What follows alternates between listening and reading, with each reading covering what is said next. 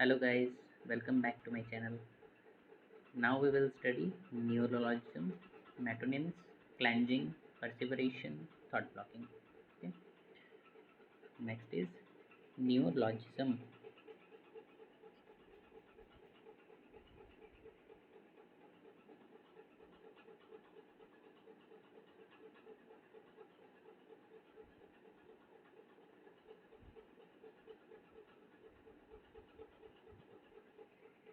Neologism. Try to understand. Neo. Neo means new, and logism. Logism means word. It means patient creates a new word. जो patient होगा वो खुद अपना नया word generate कर लेगा. उसका उसके वर्ड को हम लोग नहीं समझ पाएंगे. वो खुद एक नया वर्ड जनरेट करेगा और खुद ही समझेगा. That is नियोलॉजिज्म. अगर इसका हम लोग डेफिनेशन देख लें.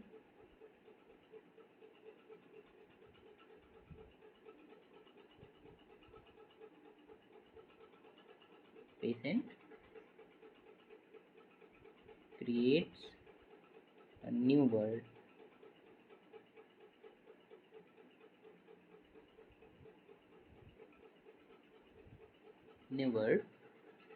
whose derivation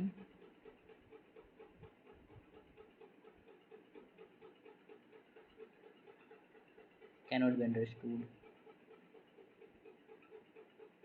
Cannot be understood.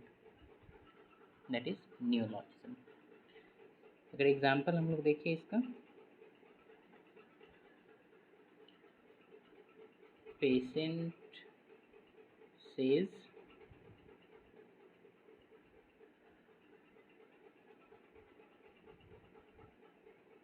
Tintin टापा. पेशेंट क्या बोलता है? टिनटिन टापा. जिसका मतलब हम लोग तो नहीं समझ सकते, लेकिन वो टिनटिन टापा बोलता है जब भी पेन को देखता है. तो ठीक है, जब भी किसी पेन को देखता है तो बोलता है टिनटिन टापा. मतलब उसने खुद एक नया वर्ड जनरेट किया है. ठीक है, तो ये हो गया नियोलॉजिज्म. नेक्स्ट है मेटोनिम्स.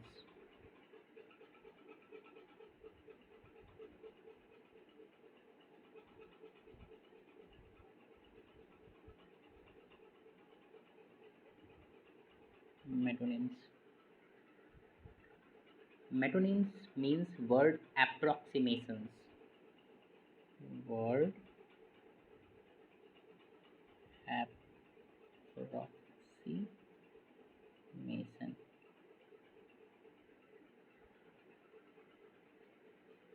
इसका मतलब ये हुआ कि जो पेशेंट होगा वो बहुत पुराना पुराना कोई वर्ड उसके जहन में आएगा और उसको वो यूज़ करेगा बहुत अजीब तरीके से. जैसे पहले उसका डेफिनेशन हम लोग लिख लेते हैं. मेटोनिम्स old word are used in inconvenient or strange way. जैसे एग्जांपल समझते हैं. Patient holding pain says that it is a presentation regulator mechanism. Pain मतलब जो पेन मैं यूज़ कर रहा हूँ, मैंने उसका एग्जांपल लिया है, जो एज ए रिमोट जिसको बोलते हैं, जो रिमोट की तरह भी काम करता है और जो लिखने में भी यूज़ होता है, स्टाइलस पेन. तो मैंने उसका एग्जांपल लिया है. वो लिखने वाला पेन आप मत समझना. तो पेशेंट इस पेन को देखकर बोलता है कि this is a presentation regulator mechanism. कहना उसका सही है, गलत नहीं है, लेकिन उसने सिंपल रिमोट और पेन के बजाय उसने बोला है प्रेजेंटेशन रेगुलेटर मैकेनिज्म. मतलब बहुत इलेबोरेट करके बोलता है, बहुत एक्सप्लेन करके बोलता है, पुराने पुराने वर्ड का इस्तेमाल करता है.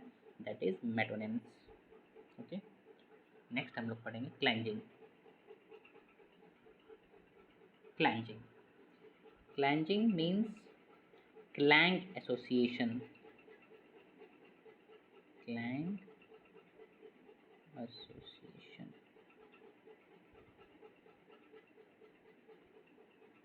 इसमें क्या होता है कि जो पेशेंट होता है, जो वो बताएगा, किसी क्वेश्चन का आंसर देगा, तो वो जो बोलेगा उसमें जो वर्ड्स रहेंगे, उस सेंटेंस में जो वर्ड्स रहेंगे वो एक दूसरे से कनेक्ट करेंगे उसका मीनिंग भी निकलेगा, लेकिन आप जो क्वेश्चन जिसका आंसर आप जानना चाहते हो, जिस क्वेश्चन का आंसर आप जानना चाहते हो, वो नहीं आएगा। मतलब एक वर्ड सैलेड के टाइप, वर्ड सैलेड हम लोग पहले ही पढ़ चुके हैं, लेकिन एग्जैक्ट वो नहीं होगा। वर्ड सैलेड ऐसा जिसमें कि राइमिंग भी मिक्स होगा, राइमिंग जैसा लगेगा, वर्ड्स मीनिंगफुल रहेगा, लेकिन आपका आंसर मीनिंगफुल नहीं रहेगा। जैसे एग्जाम्पल के तौर पे समझते हैं, पेशेंट बोल रहा है I make sense out of non sense and non sense is the actions of turbulence of life. मतलब इसका मतलब तो आपको समझ में नहीं आया कि वो कहना क्या चाहता है, लेकिन हाँ इसमें जो वर्ड है वो वर्ड ऐसा नहीं है, नियोलॉजिज्म जैसा नहीं है कि उसने खुद से एक नया वर्ड डिराइव किया है। ठीक है, तो वर्ड ठीक रहेगा, लेकिन आपको आपके क्वेश्चन का आंसर नहीं मिलेगा। वो बहुत राइमिंग वर्ड टाइप का, वर्ड सैलेड टाइप का रहेगा, जिसमें राइमिंग वर्ड भी रहेगा और आपको बिल्कुल समझ में नहीं आएगा, आपको आंसर नहीं मिलेगा। चलिए इसका हम लोग पहले डेफिनेशन लिख लेते हैं। चलिए इसका डेफिनेशन हो गया, words associated with each other as they sound similar they may be lack of any meaningful connection. मतलब साउंड सिमिलर, राइमिंग जैसा वर्ड आपको लगेगा, सिमिलर सिमिलर लगेगा, लेकिन एक दूसरे से वो लिंक नहीं करेगा, उसका कोई मतलब नहीं निकलेगा। ठीक है, इसका एग्जाम्पल है I make sense but of nonsense, sorry, I make sense out of nonsense and nonsense is the essence of turbulence of life। इसमें जो भी वर्ड है वो वर्ड सही है, ट्रू है, नियोलॉजिज्म जैसा नहीं है, कोई न्यू वर्ड उसने डेरिवेट नहीं किया है। Make sense, out, nonsense, turbulence, ये सारे ही सही वर्ड हैं, लेकिन इस सेंटेंस का कोई मतलब नहीं निकलता है। और इसमें ये जो आप देखोगे इस पूरे सेंटेंस को, तो सारे साउंड एक जैसे कर रहे हैं, राइमिंग टाइप साउंड कर रहे हैं, सिमिलर साउंड कर रहे हैं, सेंस, नॉनसेंस, टर्बुलेंस, एक्सेंस। ठीक है, तो इसको बोलते हैं क्लैंजिंग। नेक्स्ट है हमारा परसिवरेशन। चलिए देखते हैं परसिवरेशन क्या होता है।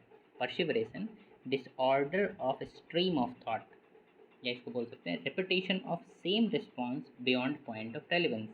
जैसे हम पेशेंट से कोई भी क्वेश्चन पूछे वो एक ही जवाब देगा, उससे पूछे व्हाट इज़ योर नेम, बोलेगा राहुल कुमार। फिर अगर मैं पूछूँ what is your father's name, Rahul Kumar. Where do you study, Rahul Kumar. Who is president of India, Rahul Kumar. Who is prime minister of India, Rahul Kumar. हर एक चीज़, जो भी क्वेश्चन आप पूछोगे सबका आंसर आपको सेम मिलेगा, that is repetition of same response beyond point of relevance. ठीक है, इसका एग्जाम्पल लिख लेते हैं।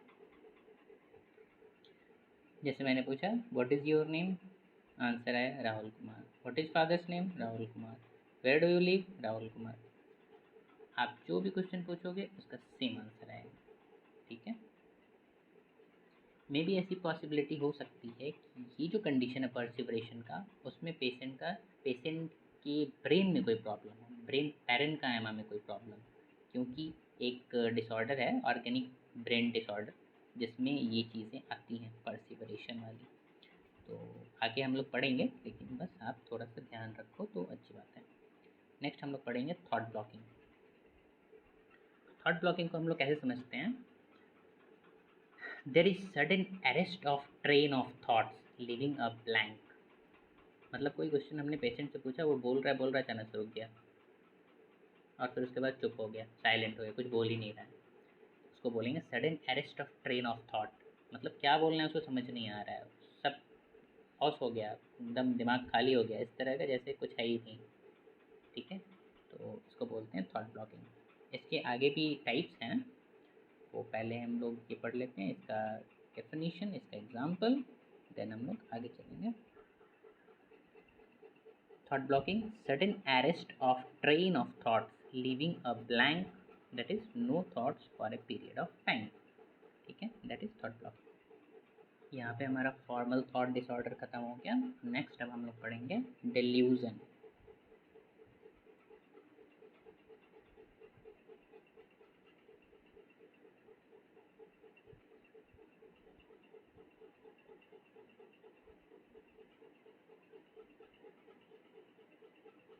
डिल्यूजन, देखिए डिल्यूजन आर फॉल्स बिलीफ, एक लाइन में अगर याद रखना है, डिल्यूजन आर फॉल्स बिलीफ, लेकिन all false belief are not delusion. जो डिल्यूजन है वो फॉल्स बिलीफ है, लेकिन सारा ही फॉल्स बिलीफ डिल्यूजन की कैटेगरी में नहीं आता है। ठीक है, तो एक लाइन में आप याद रखो, delusions are false belief.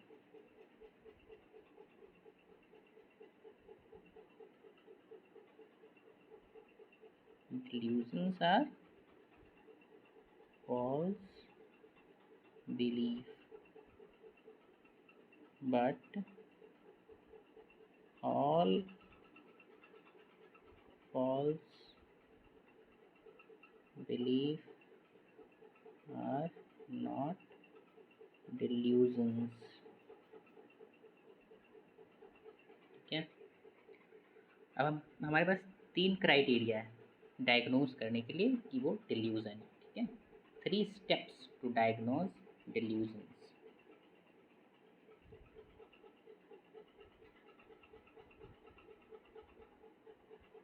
3 steps to diagnose delusion। ठीक है, जिसमें पहला है फॉल्स बिलीफ, तो हो गई जैसा कि हमारा डेफिनेशन है। सेकंड, जो बिलीफ है वो फर्म होना चाहिए, फिक्स होना चाहिए और अनशेकेबल होना चाहिए। मतलब उसको कोई भी कुछ भी कह दे, कितना भी समझा ले, लेकिन वो जो कह रहा है उसको चेंज ना करे, उसका जो बिलीफ है वो चेंज ना हो, अनशेकेबल हो, उसको कोई नहीं तोड़ सकता है, कोई नहीं हटा सकता है। उसका जो बिलीफ है वो फिक्स है, वो समझ ही नहीं सकता है। ठीक है, दूसरा है firm, fixed and unshakeable.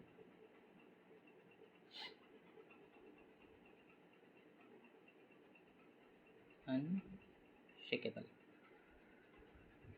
Unshakeable का मतलब मैं लिख देता हूँ, belief continues despite evidence against it. अगर आप एविडेंस भी दे दो, जैसे वो बोल रहा है कि ये कैट नहीं ये डॉग है, लेकिन आप देख रहे हो ये कैट है, आप कितना भी उसको एविडेंस दे दो कि नहीं ये कैट ही है ये डॉग नहीं है, लेकिन फिर भी वो नहीं मानेगा, दैट इज डिल्यूजन। ये सेकंड क्राइटेरिया हमारा हो गया। Third, unexplained by social and cultural background.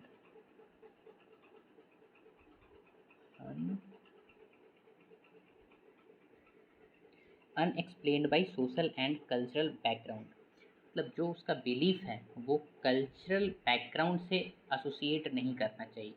जो समाज में, जो हमारे सोसाइटी में कल्चरल बैकग्राउंड में कुछ बिलीफ ऐसे होते हैं जिसको सब लोग मानते हैं। ठीक है, जैसे चिकन पॉक्स होता है तो उसको हमारे यहाँ के लोग मानते हैं माता आई हैं, तो ये एक बिलीफ है उनका। तो इस तरह का बिलीफ नहीं होना चाहिए जो सोशल या फिर कल्चरल बैकग्राउंड से एसोसिएट करता हो। उसका जो बिलीफ है वो खुद का होना चाहिए उसका। ठीक है, तो third criteria, unexplained by social and cultural background.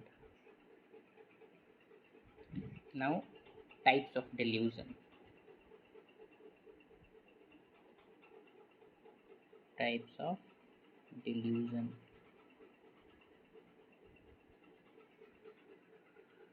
सबसे पहला टाइप है इसमें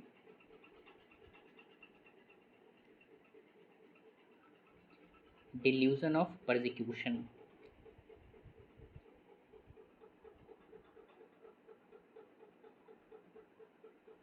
डिल्यूजन ऑफ परसिक्यूशन। सबसे पहले तो ये जानिए कि सबसे मोस्ट कॉमन है, जितने भी टाइप्स ऑफ डिल्यूजन उसमें सबसे ज़्यादा मोस्ट कॉमन यही है, मोस्ट कॉमन। ठीक है, इसमें क्या होता है, पेशेंट बोलता है someone wants to harm him me. जैसे पेशेंट आपको बोलेगा someone wants to harm me, मतलब उसका ये फॉल्स बिलीव है कि कोई उसको मारना चाहता है। ठीक है, delusion of persecution explains in which patient believes that someone wants to harm him। जैसे एग्जाम्पल समझिए, patient says police is following me, the intelligence agency is after me. मतलब पुलिस भी उसको फॉलो कर रहा है, इंटेलिजेंस एजेंसी है जो वो भी उनको फॉलो कर रही है। या फिर कह सकता है my neighbours are trying to hatch a conspiracy against me, मतलब मेरा जो पड़ोसी है वो मेरे खिलाफ कोई षड्यंत्र रच रहा है। ठीक है, तो इस तरह की चीज़ें वो बोलेगा। तो जैसे इसको पहले हम लोग लिख लेते हैं, patient believes that someone wants to harm him और हर, कोई डिस्क्रिमिनेशन नहीं होना चाहिए इसलिए हिम एंड हर, कोई भी हो सकता है, male female. Example, patient says police is following me. Next example, my neighbour trying to hatch a conspiracy against me. ये पेशेंट का बिलीफ। दूसरा है second,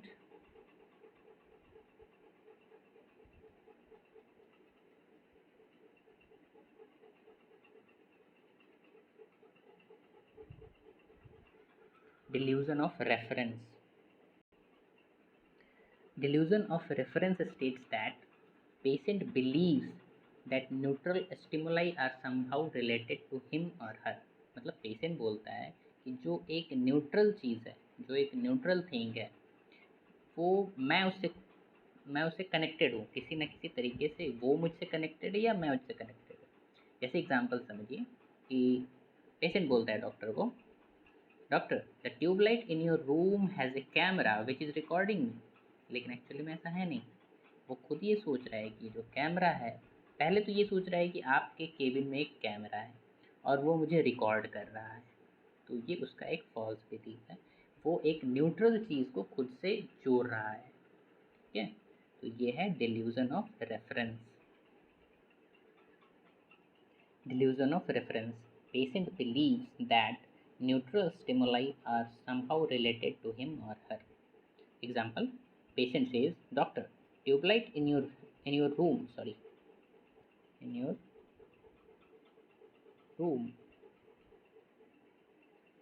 has camera which is recording me." जो रूम में आपके ट्यूबलाइट है उसमें कोई कैमरा है जो मुझे रिकॉर्ड कर रहा है। ठीक है, नेक्स्ट है हमारा delusion of grandiosity. Delusion of grandiosity, इसमें क्या होता है, ये सब तो आपको पहले से पता होगा डिल्यूजन ऑफ ग्रैंडियोसिटी के बारे में। चलिए कोई नहीं, जिसको नहीं पता है उनके लिए, patient believes that he has some special power और स्पेशल रोल और आइडेंटिटी। जैसे पेशेंट को फील होता है कि मैं इस दुनिया का सबसे ताकतवर इंसान हूँ, मैं इस दुनिया का सबसे रिच इंसान हूँ। जैसे एग्जांपल, पेशेंट बोलेगा, I am so powerful that I can push a train with my bare hands. तो मैं इतना ताकतवर हूँ, मैं एक हाथ से ट्रेन को रोक सकता हूँ। तो इसको कहते हैं delusion of grandiosity. Patient believes that he has some special power और रोल और आइडेंटिटी। एग्जाम्पल, पेशेंट बोलेगा, I am so powerful that I can push a train with my bare hands. Patient ये भी बोल सकता है, I have been sent by God to spread peace and humanity. Patient बोलेगा, भगवान ने मुझको भेजा है, मैं भगवान का मैसेंजर हूँ, भगवान मेरे सपनों में आए थे और वो शांति फैलाने के लिए हमको चुने, ऐसा बोलेगा। ठीक है, नेक्स्ट है डिल्यूजन ऑफ लव, जिसको हम लोग बोलते हैं डी क्लैरम बॉल्ट सिंड्रोम, या फिर इसको एक और नाम से बुलाते हैं फैंटेसी लवर सिंड्रोम। इसका तो पहले 4 नाम ही है, delusion of love, erotomania, de Clerambault syndrome और फैंटेसी लवर सिंड्रोम। ये चारों में से कोई भी नाम एग्जाम में आपसे पूछा जा सकता है।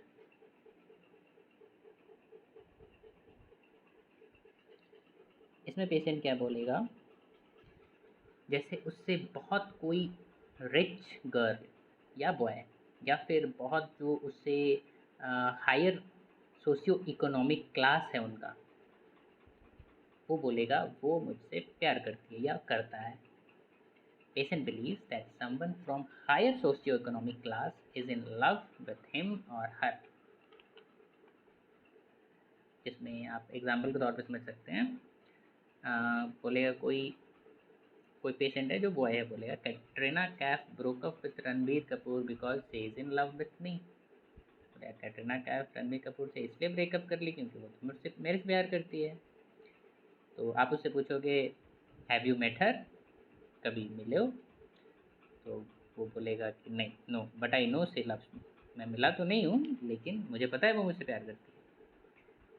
फिर नेक्स्ट आप पूछोगे how do you know it, आपको ये कैसे पता चला कि वो आपसे प्यार करती है जब आप मिले ही नहीं हो कभी। तो वो बोलेगा she sends love letter to me, तो वो बोलेगा कि कैटरीना कैफ मेरे को लव लेटर भेजती है। फिर आप उससे पूछोगे अच्छा ठीक है आपके पास वो लेटर्स हैं, तो वो बोलेगा कि नहीं, वो लेटर तो रणवीर कपूर बीच में पकड़ लेता है और उसको फेंक देता है, मेरे तक पहुंचने ही नहीं देता है। ठीक है, तो ये उसका एक बिलीफ होगा जो आपकी बात को मानेगा ही नहीं, वो बढ़ते चला जाएगा, बट आप जैसे जैसे क्वेश्चन पूछोगे उसके बाद उसका आंसर होगा। That is delusion of love. चलिए इसको एक्सप्लेन कर। Patient believes that someone from higher socio-economic class is in love with him or her. Example: Deepika Padukone broke up with Ranbir Kapoor because he loves me. Next है हमारा delusion of infidelity. Delusion of love की तरह इसका भी 4 नाम है। Delusion of infidelity, इसको बोल सकते हैं मॉर्बिड जेलस या पैथोलॉजिकल जेलस, या फिर इसका एक और नाम है ओथेलो सिंड्रोम। इसका नाम से ही समझ में आता है कि ये जेलसी वाला सीन है। पेशेंट के मन में कुछ ऐसा भड़ गया है जिससे वो जेलस फील करता है, गलत फील करता है। जैसे एग्जांपल आप समझिए, पेशेंट आएगा बोलेगा माय गर्लफ्रेंड इज चीटिंग मी, या फिर कोई गर्ल आएगी बोलेगी माय बॉयफ्रेंड इज चीटिंग मी। कोई हस्बैंड आएगा और बोलेगा my wife is cheating on me, या फिर कोई वाइफ आएगी, हस्बैंड वाइफ आएगी और बोलेगा my husband is cheating on me. तो ये उसका फॉल्स बिलीफ है इस तरह का, जो जेलसी से जुड़ा हुआ है।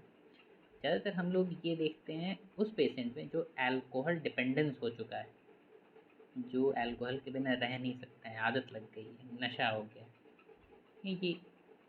तो ये देखेंगे हम लोग सीनिंग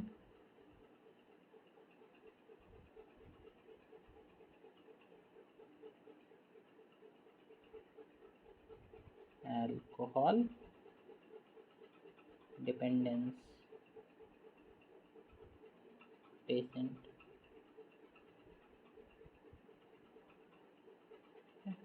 एग्जाम्पल इसका my girlfriend is cheating on me, या फिर वाइफ आ रही है बोलेगी my husband is cheating on me. Next है हमारा डिल्यूजन ऑफ गिल्ट। 6, इसमें क्या होगा, पेशेंट आएगा और बोलेगा कि मैं सबसे ख़राब हूँ, मेरे से बुरा इस दुनिया में कोई है ही नहीं, ये जो हुआ है सब मेरी वजह से हुआ है। तो इस तरह का, जैसे patient feels guilty and the guilt is at the delusion level. जैसे कोई एक बूढ़ी लेडी आती है, आपके पास आएगी, ओपीडी में आएगी और वो बोलेगी कि मैं इस दुनिया की सबसे बुरी माँ हूँ। ठीक है, लेकिन उस पेशेंट के पीछे उनके बच्चे होंगे, खड़े होंगे जो हंस रहे होंगे, और वो उनकी बातों से अग्री नहीं करेंगे। वो अच्छे वेल सेटल्ड होंगे, अच्छे से पढ़े लिखे एजुकेटेड होंगे, लेकिन वो मदर इससे सेटिस्फाई नहीं होगी। वो बोलेगी नहीं, मैं अपने बच्चों के लिए कुछ नहीं की हूँ, मैं सबसे बुरी माँ हूँ इस दुनिया की, मेरे से बुरा कोई है ही नहीं। तो ये एक गिल्ट जैसा है, ठीक है, delusion of guilt. Patient feels guilty, patient feels guilty and the guilt is at the delusion level. Example: patient come to OPD with history of depression। मतलब ये delusion of guilt खासकर उन पेशेंट में मिलेगा जो या तो डिप्रेशन से गुजर रहे हैं या फिर हिस्ट्री में उनका डिप्रेशन कभी रहा हो। ठीक है, patient come to OPD with history of depression and she also said that she is a very bad mother but her children denied। अब हम लोग पढ़ेंगे निहिलिस्टिक डिलीजन, सॉरी, अब हम लोग पढ़ेंगे निहिलिस्टिक डिलीजन डिल्यूजन। इसका भी 3 नाम है, निहिलिस्टिक डिल्यूजन और डिल्यूजन ऑफ निगेशन और कोटार्ड सिंड्रोम। चलिए हम देखते हैं ये होता है। निहिलिस्टिक, निहिलिज्म मतलब होता है निहिलिज्म, निहिलिज्म का मतलब होता है निल। ये आपको याद रहेगा तो पूरा डेफिनेशन याद रहेगा। निहिलिज्म का मतलब हुआ निल, मतलब कुछ है ही नहीं। पेशेंट में deny existence of their body, their mind और द वर्ल्ड इन जनरल। मतलब पेशेंट आपको बोलेगा थिंग्स हैव एंडेड, सब कुछ खत्म हो चुका है, कुछ नहीं बचा है। Everybody is dead in the world, सब लोग मर चुके हैं, कोई नहीं है। बोल सकता है the wind has stopped blowing, जो हवा है वो भी रुक रुक गया है। अर्थ स्टॉप्ड रोटेटिंग, अर्थ घूमना बंद कर दिया है। All my internal organs are rotten, are dead, मेरे अंदर जितने भी ऑर्गन्स है वो सब सड़ चुका है, वो सब खत्म है, मर चुका है। तो वो एकदम निल टाइप की बात करेगा, जिसमें सब कुछ खत्म होने जैसा रहेगा। निहिलिज्म मीन्स निल, ये चीज़ आपको याद रहेगा तो आपको ये पूरा डेफिनेशन याद रहेगा, निहिलिज्म। ठीक है।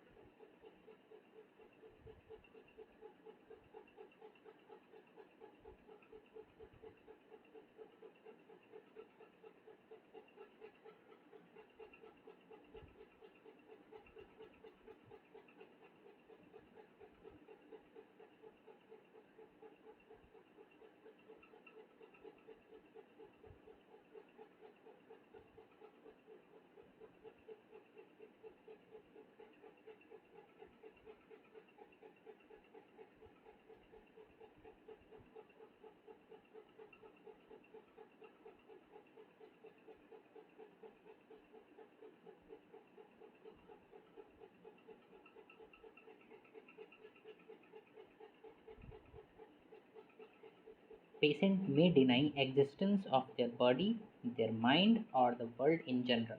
Example: things have ended, everybody is dead, earth stopped rotating. Next हम लोग पढ़ेंगे डिल्यूजन ऑफ इनॉर्मिटी।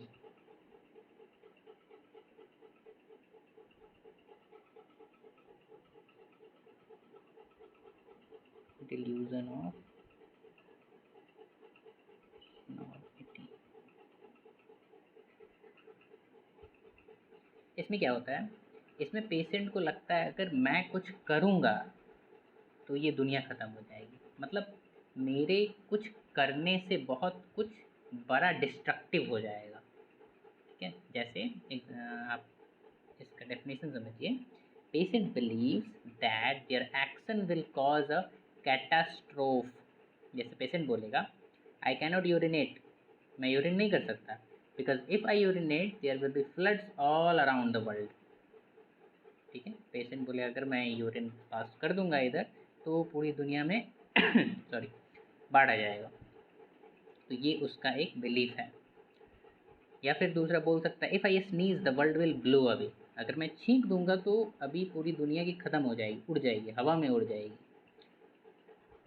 चलिए इसको लिख लेते हैं। Patient believe that their action will cause a catastrophe. Example, patient says if I sneeze the world will blow away. ठीक है, नेक्स्ट हम लोग पढ़ेंगे डिल्यूजन ऑफ मिस आइडेंटिफिकेशन। देखिए ये बहुत इम्पॉर्टेंट है, ये miss identification, delusion of miss identification, ये बहुत बार हमसे एग्ज़ाम में, यूनिवर्सिटी एग्ज़ाम में या फिर एंट्रांस एग्ज़ाम में पूछा जाता है। ठीक है, तो ये मिस आइडेंटिफिकेशन क्या होता है, इसमें एग्जांपल दे के मैं समझाना चाहता हूँ। जैसे कोई एक हस्बैंड है, वो घर गया, वो देखा मेरी वाइफ टीवी देख रही है, आराम से सोफा पर बैठी हुई टीवी देख रही है, ये नॉर्मल है। लेकिन पेशेंट जो miss delusion of miss identification का होगा, वो जब घर जाएगा तो वो देखेगा अपनी वाइफ को, वो बोलेगा कि नहीं ये मेरी वाइफ नहीं है, कोई दूसरा है जो मेरी वाइफ का शक्ल बना के यहाँ आ गई, शक्ल बना के आ गई है और यहाँ बैठ के टीवी देख रही है, ये मेरी वाइफ नहीं है। वो मानेगा ही नहीं कि ये मेरी वाइफ है। ठीक है, तो ये होता है डिल्यूजन ऑफ मिस आइडेंटिफिकेशन। इसमें एक सिंड्रोम भी होता है जिसको हम लोग बोलते हैं कैपग्रा syndrome, in which patient believes that a familiar person has been replaced by a similar looking stranger। मतलब एक उसी के जैसा दिखने वाला इंसान को बदल दिया गया है। ठीक है, कोई दूसरा जो स्ट्रेंजर है उसको बदल दिया गया है मेरे जान पहचान के आदमी में। ठीक है, तो इसमें हम लोग लिखते हैं doubt is the identity of that individual.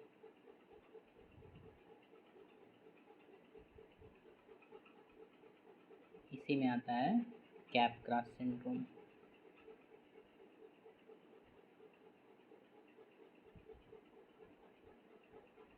कैपग्रास syndrome.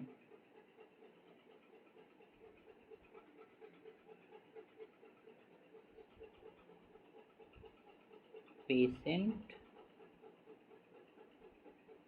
believes that a familiar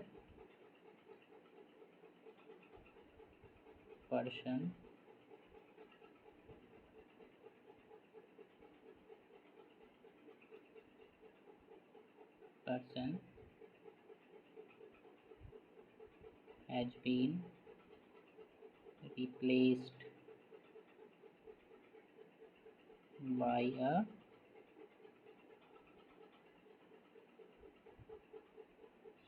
similar looking stranger। जो मैंने हस्बैंड वाइफ वाला एग्जांपल दिया था वो आप याद रखना। और इसमें मैं पढ़ देता हूँ कैपग्रास syndrome. Patient believes that a familiar person has been replaced by a similar looking stranger। Patient को लगता है कि सेम मेरी वाइफ के जैसा दिखने वाला कोई इंसान को बदल दिया गया है मेरी वाइफ में। वाइफ की जगह कोई भी हो सकती है, father, mother, brother, sister, anyone. ठीक है, तो ये होता है डिल्यूजन ऑफ मिस आइडेंटिफिकेशन।